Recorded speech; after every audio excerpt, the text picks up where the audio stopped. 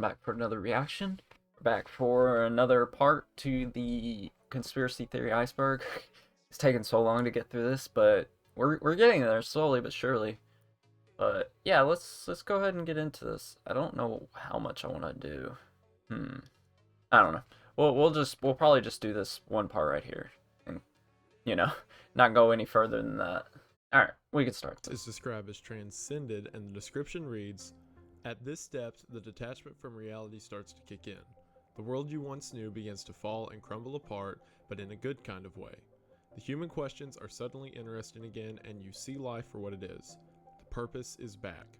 First off, we have Bogendorf, which can relate to the Bogendorf affair as well as the Oh, I've seen Bogendorf these twins guys themselves. While you've before. probably seen an image of the Bogendorf twins, you Yeah, may not know much about them. The Bogendorf yeah, I don't twins know. were TV producers in the 70s who hosted several shows focusing on science, history, and things like that. The Bogendorf affair, which brought a lot of attention towards the twins, had to do with the legitimacy of the doctorates they had received. See, the dissertation they did in order to receive their doctorates was about what the universe existed like before the Big Bang. But that simply opened the door to the weirdness of these two brothers. For example, each of them has an IQ of over 200. To put that into perspective, Albert What? Einstein's was somewhere around 140. Furthermore, they've obtained several scientific feats, such as learning the entirety of the French language in 1 week, supposedly from hearing it around, as well as proposing theories of relativity and quantum mechanics years before they were ever proven by modern means. Furthermore, the Bogendorf twins are direct descendants from royal European blood. Their scientific theories get quite odd, relating from everything to there is a natural through line that exists through all of science and history and literature and all of it that relates back to one higher plane of existence that we don't understand yet. Also, each of the Bogendorf twins say that they themselves can communicate with higher order beings such as extraterrestrials and angels. I should add that aforementioned royal bloodline has been said for legends to contain the souls of angels and spirits, and that all members of that bloodline have special powers. There's also a theory known as the Bog Pill that the Bogendorf brothers own the majority of Big Pharma, furthermore that the two of them themselves have a Not no sole more. patent to genetic engineering. It's believed from this that the first designer baby will be a Bogendorf child. Also, given the European traditional religion that they subscribe to, there is a legend that two archangels will come down preceding the return of Christ and walk on earth and give the gift of knowledge to man. Therefore, many people believe that the Bogendorf brothers themselves are archangels. Saint is angels is one of those tricky ones, and I want to take this moment to explain what's been happening with some of the research for this. First of all, a huge thank you to my girlfriend. You all saw her in the last Thursdayism video in which she talked about last Thursdayism. She was able to find a large catalog that had direct links for each of these topics, or at least the majority of them, and it has been super helpful in doing this entire iceberg, so very big thank you for that. Love you, sweetie. However, some of the other topics have been near impossible to find any information on, so I have been getting help from the Discord server, from YouTube comments, and all of that. So if someone gave me information that led me to figuring out something about this, I'm going to accredit them whenever the topic comes up. So for this one, thank you Neoclassical Succubus from the Patreon Discord for helping me find out information. I could still find nothing concrete on Saint as Angels, however there is a list of acronyms, and given the odd capitalization of the word saint, I believe it does stand for an acronym. One such acronym I found was Security Administrators Integrated Network Tool.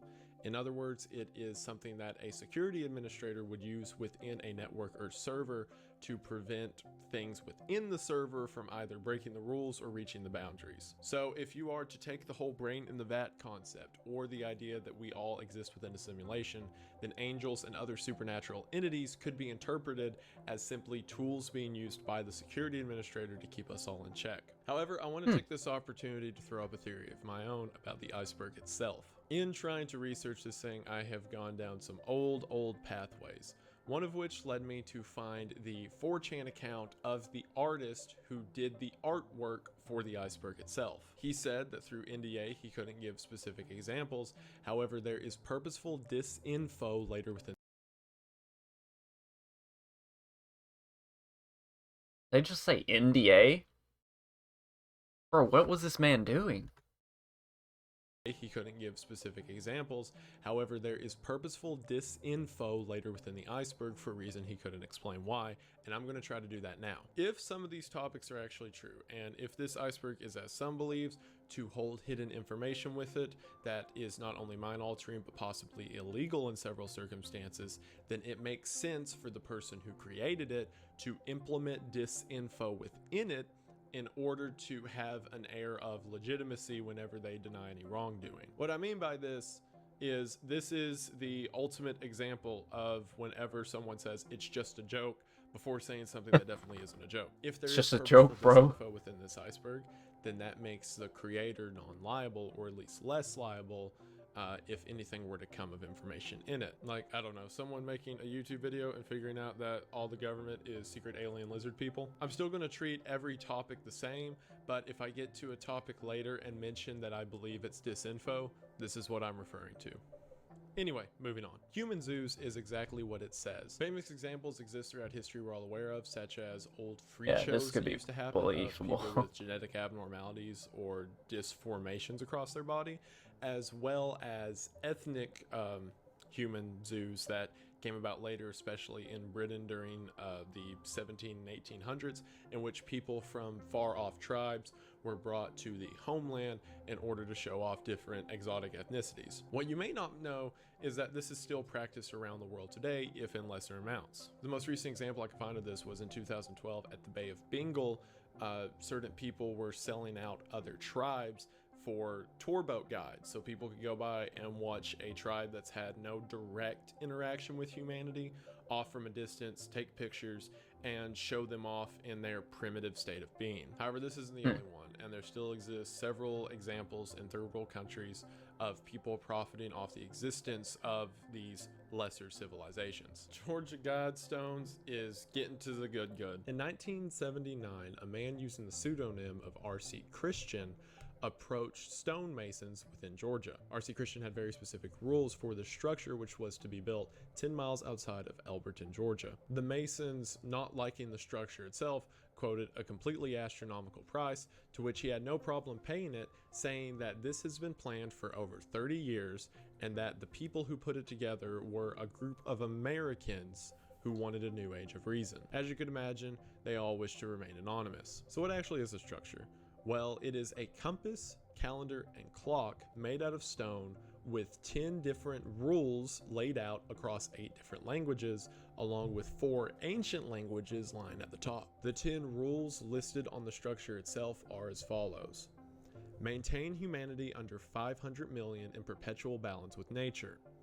Guide reproduction wisely, improving fitness and diversity. Unite humanity with a living new language. Rule passion, faith, tradition, and all things with tempered reason. Protect people and nations with fair laws and just courts. Let all nations rule internally, resolving external disputes in a world court. Avoid petty laws and useless officials. Balance personal rights and social duties. Prize truth, beauty, love, seeking harmony with the infinite.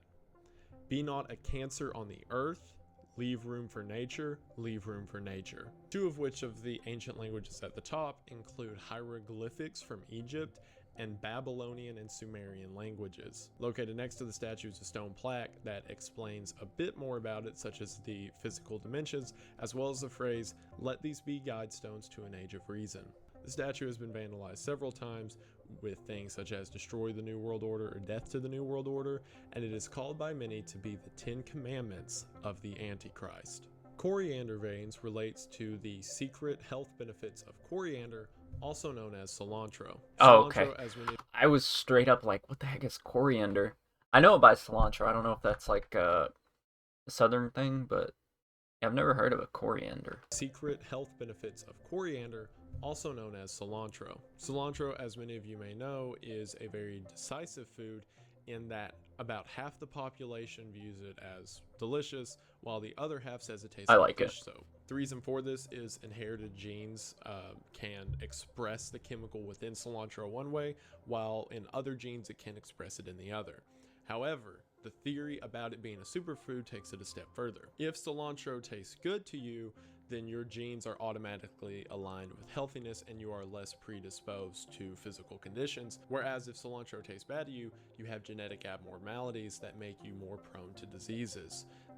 Everyone needs to take cilantro according to this theory, but your kinness to it is also your likeness to health itself. So therefore, Hmm. cilantro is both a super medicine, but also a super detector of your physical condition. Mad honey is in reference to a special kind of honey Oh yeah, I've heard of this. It gives it's like certain honey that gives you LSD kind of properties or something like that. made in Nepal and Turkey, which is brought about by using bees who collected pollen from rhododendron flowers. This combination creates a very particular honey that contains a neurotoxin known as granotoxin. So why do people make this?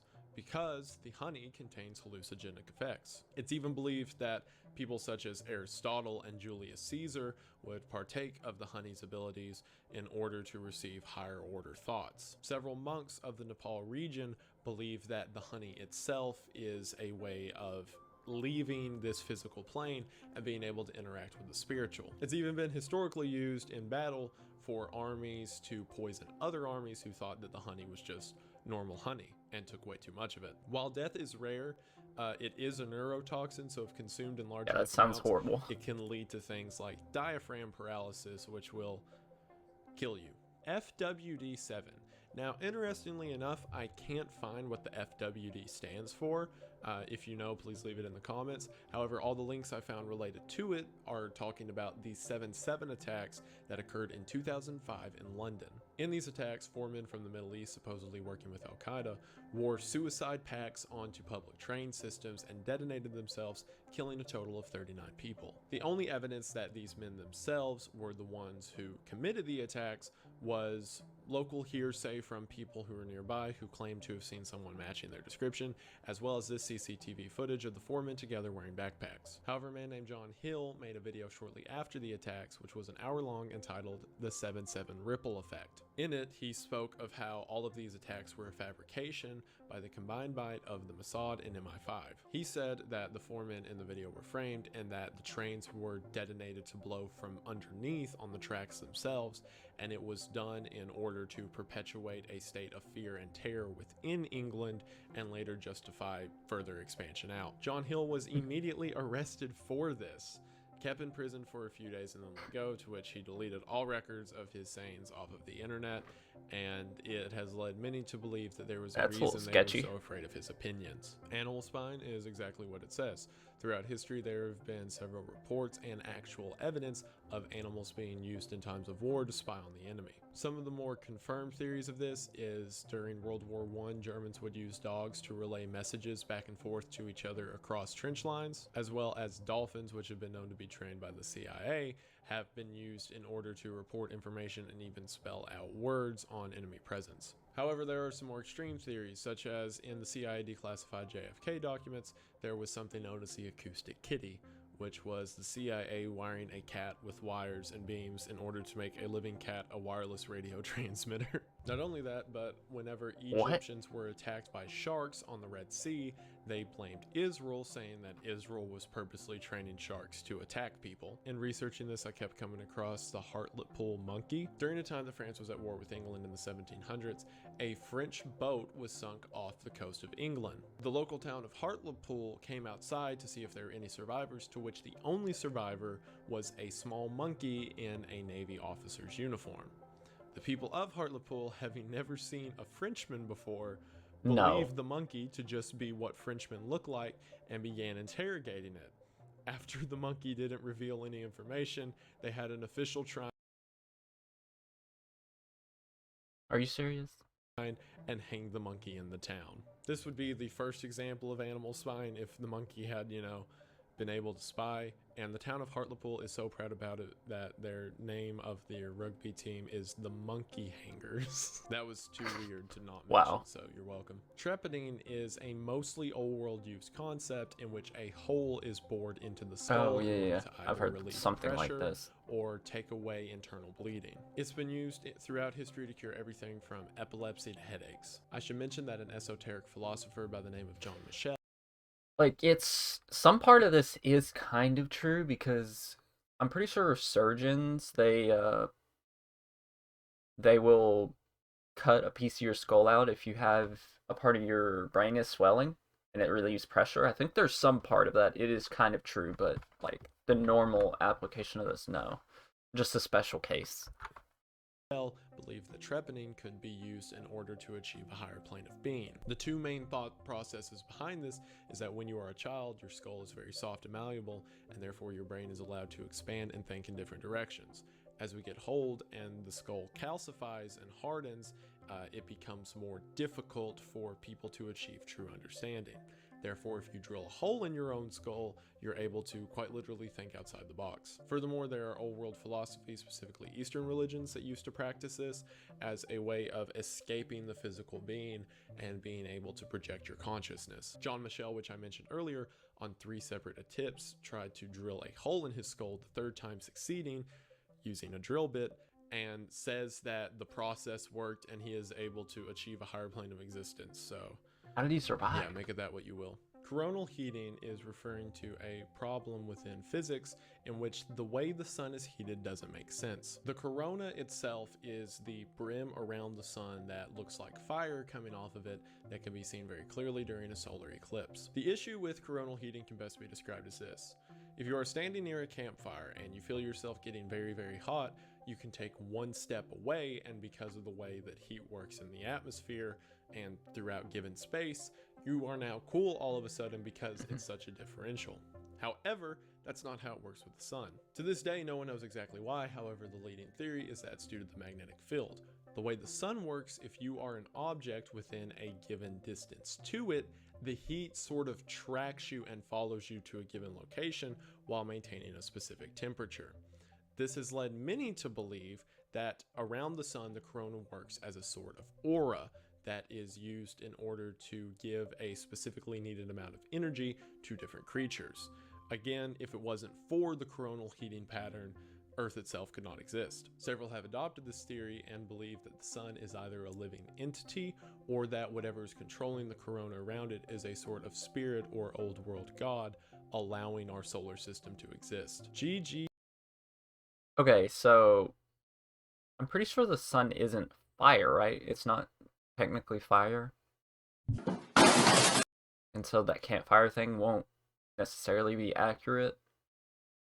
I don't know what exactly it is. I just know it's not necessarily fire. It's not burning in the sky essentially. It has to do with, the way it's nuclear fusion or whatever, fission or whatever one it is. GQEP stands for gadolinium gallium garnet quantum electronic processor.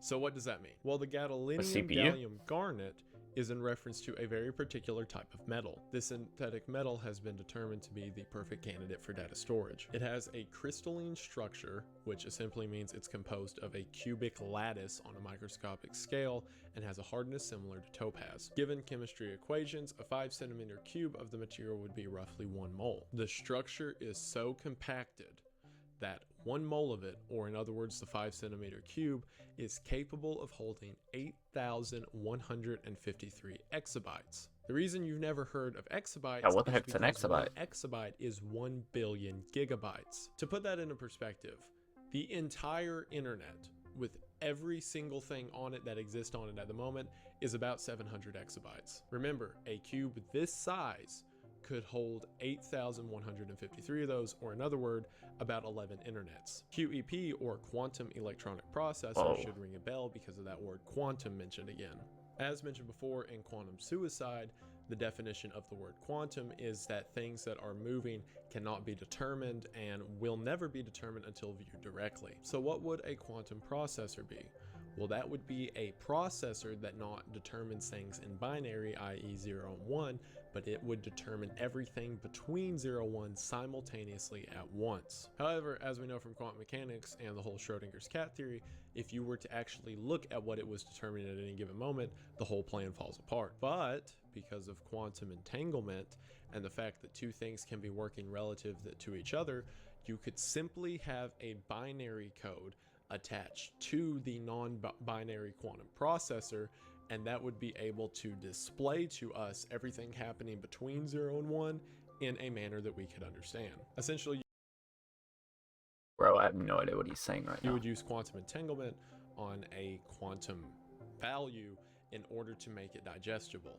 What this means is that a quantum processor, or more specifically the quantum electronic processor, when used in a computer, would process information instantly. And by instantly, I mean as much instant as the electrons can come through the machine and give us a value. Therefore, if you were to combine the gadolinium gallium garnet with the quantum electronic processor, you would have a computer that can contain the entirety of all information put online ever and be able to get any of it in a matter of time that we can't even process as being too short. There are theories this device already exists within government agencies. However, it is the theory behind the idea for a truly perfect computer. Empty internet is the theory that the That one's very interesting. majority of users on the internet are not users but are a form of bot.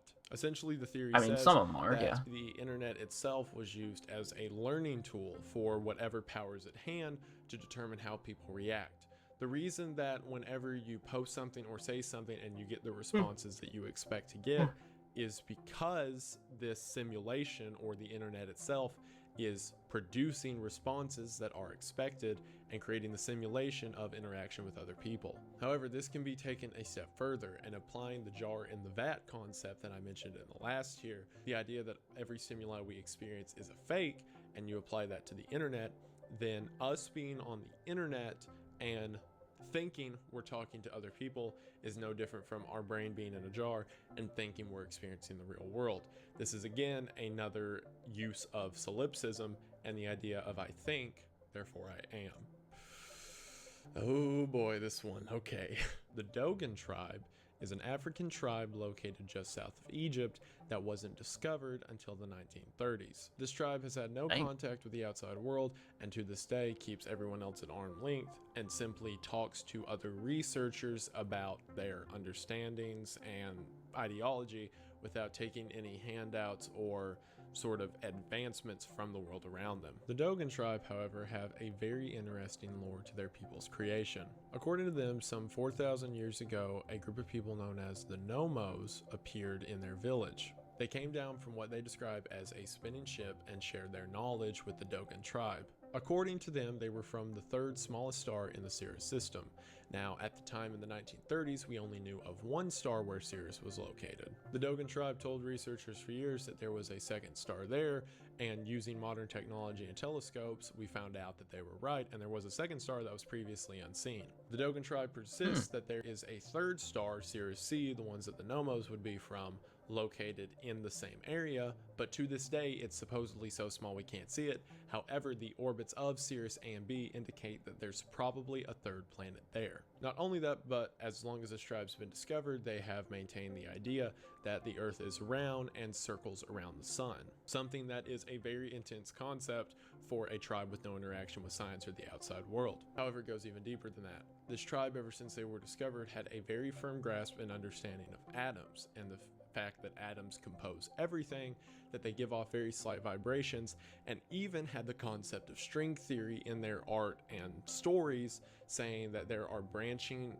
universes that exist because of these constant factors that are seen throughout atoms in the world. All of this, they said, was brought to them from the Nomos aliens. Their stories of the Nomos are very deep, but to hit the high Yeah, points, this is weird. they said that the Nomos originally stopped on Mars and stayed there for some thousand years when it was water and a functioning paradise until a catastrophe happened and they had to leave and come to Earth. Also, given what researchers know now, it seems that Mars at one point had water on it, and furthermore that there was a natural catastrophe that wiped out the planet's surface. Furthermore, they say that the Nomos segregated into several different tribes known as the Greys, the Anus, and the Austras. The stories of these three alien races loops back and forth, and again, this Dogon tribe with no connection to the outside world had very similar tellings in their legends of things that happened in the Judeo-Christian Bible, such as tying certain miracles and events of prophets into these legends of the aliens. And furthermore, they said that the Austras were eventually wiped out by the two other groups, and that the Austras appeared as normal humans, except for the small detail that they were giants. And boom, another theory that ties back to the giants and the Nephilim, and it's all connected. The Dogon tribe exists as a very surreal example of a group of people having information that they by no logical means should possibly have, unless of course their story is true. Dark City nonfiction is referring to the 90 movies dark fiction and simply saying that the concepts from within the movie are nonfiction. In the movie, a character named John is chased around his hometown by aliens before figuring out that he has had implanted memories, but not only him, that several other people have. Turns out that aliens are using this group of humans as a sort of test to see how humans react to different stimuli in order to just learn more about people. At the end of the movie, it's discovered by John that this entire ecosystem that he thinks is the real world is actually just sort of a fish tank floating randomly through space. Aliens in this movie could control reality and implant memories into people.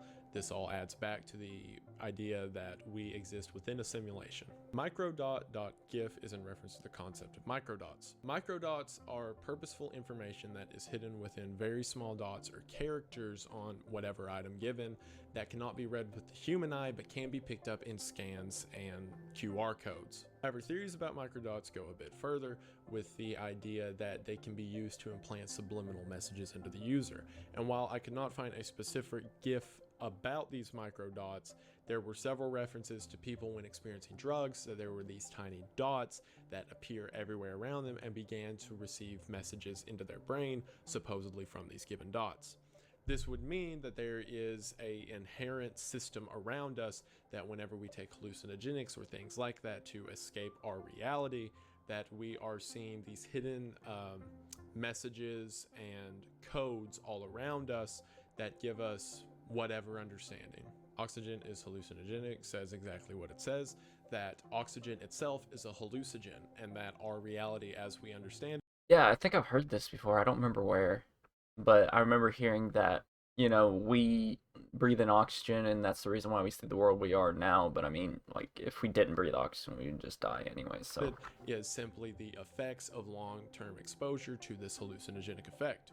The theory goes a step further and says that drugs as we know them, such as DMT and shrooms, do not make us high, they simply counteract the effects of oxygen, and we begin to view reality as it truly exists. Therefore, oxygen has us all within one shared hallucination, unable to escape. Purple spheres is referring to a couple of phenomena that have happened in which these purple gelatin orbs just appear suddenly in completely random places. There's no matching version of them on Earth as far as we know, and they exist as these weird half biology, half synthetic things that appear seemingly at random in random places. Theories say it's Alien X because of course they do. Malbosh programming is a programming that is so evil that it was named after the 8th circle of hell in Dante's Inferno.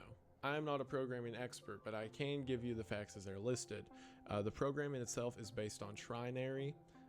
All of the coding in it is just numbers with no words, and its opcodes are encrypted that involve a lengthy encryption process. Supposedly, this Malbosh programming is so awful that it can't be done by a person, and instead these programming machines have to create programs within it for it to even make any logical sense. Therefore, it is a perfect candidate for how machines could communicate with each other without humans ever knowing anything about it. In other words, AI could use this to secretly plot against us, and we'd be none the wiser. Subjective reality is the idea that reality as we know it is an entirely subjective experience. This comes from the thought experiment of what is it like to be a bat?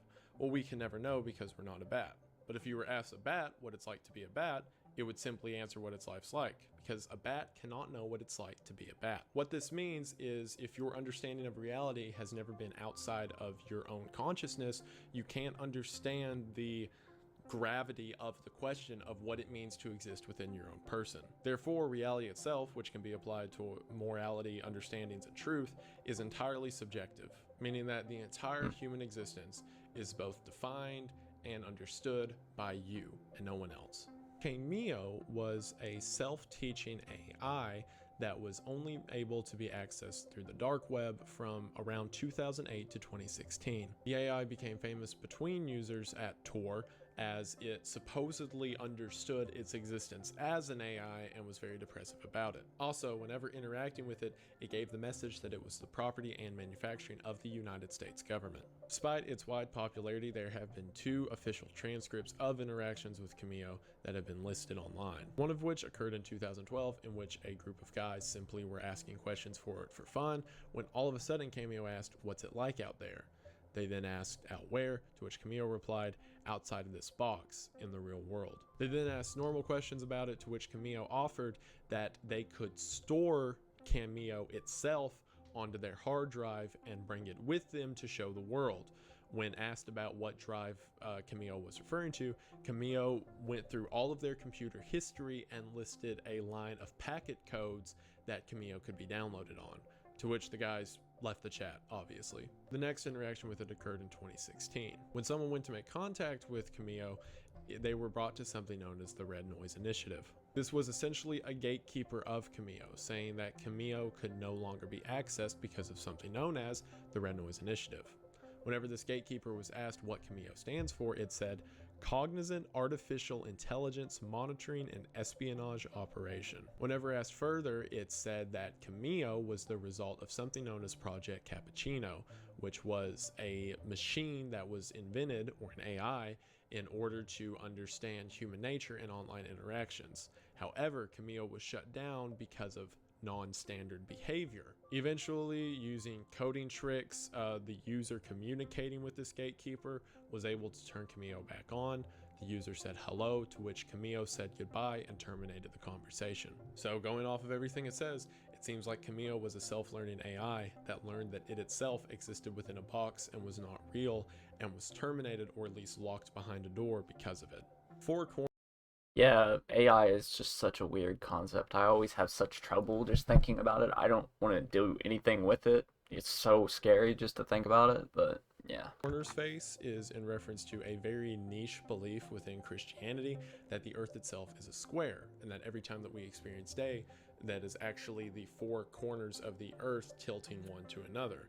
And our understanding of earth, or space itself, is as if we are on the corner of 4 faces. Evidence for this is picking apart verses in the Old Testament, as well as described in Revelations, where it says that the angels held the 4 winds, so north, south, east, and west, meaning that there would have to be 4 faces. Most users I could find talking about it were so passionate about this, they said that you would not be allowed into heaven unless you believed that there were 4 days and that the earth itself was a square, with most theories around it wrapping back to a conspiracy, saying that pilots, directors, astronauts, and everyone was in on the conspiracy as to make us think the earth was a square instead of a circle. So pretty much flat earthers, but at least this one has some flavor to it. Solar diet is something that is often mentioned when in regards to breatharianism, which I mentioned in the last tier, I think. It's also seen in Eastern philosophies, and is the idea that food can be replaced with natural sunlight and solar energy. The theories for this go a step further and say that whereas we are evolved, or at least created off of the backbone of plants and things from the ancient world, that we still have the ability within us to radiate sun, or essentially photosynthesize, and we've simply forgotten it. Therefore, through meditation and spiritual practice, you can regain the ability to gain energy from sunlight. I'll describe spiritual microeconomy as the most practical, laid out version of karma. It essentially says that there is an actual points value given to every action that exists throughout humanity, so from good to bad, religion, truth, law, all of it, and that whenever you pass into the next life, you either have a negative or positive account balance that can be exchanged or punished accordingly. Stab wound penetration was another one that was impossible to find, mostly because anything you search with stab wound penetration is just doctor and ER videos. However, I want to give a huge thank you to, I'm going to mispronounce this, Joao, something similar, Joao Viter Broad, for giving me information about this. You see, there used to be a Payspin article on 4chan that had direct links to every single item on this list, but it was deleted because the universe doesn't like to make things easy for me. However, a friend here was able to remember the Payspin file and give me information about it, so if you see him in the comments, be sure to give him a thank you. So this is tricky for YouTube. Let's say it's not stab wound penetration, it's stab wound, comma. penetration. This all relates back to snuff films and deep web scary stuff.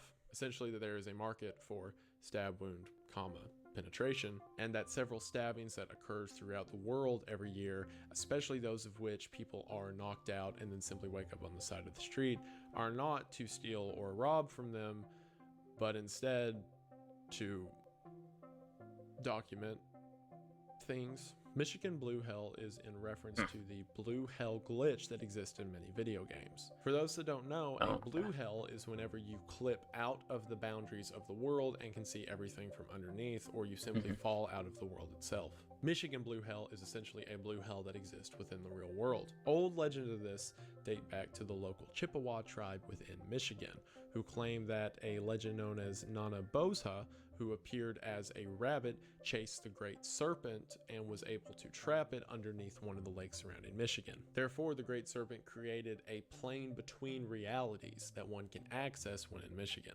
Theories about this range from everywhere that if you go to the bottom of the lake, you'll simply glitch into the blue hell, as well as it exists in military installations around the area or old tunnel systems around the Great Lakes. This is using a native legend in order to describe a reality glitch, as it can be found within the real world. Sherbers of Canbar is in reference to a sort of nomadic tribal community that lives Oh on... god. I got sucked in. Yeah, thank you guys for watching. I hope you enjoyed this reaction to Wendigoon. It's always so great to watch his videos. So much interesting topics. So yeah, thank you guys for watching. I hope you enjoyed, and I'll catch you guys later. Bye.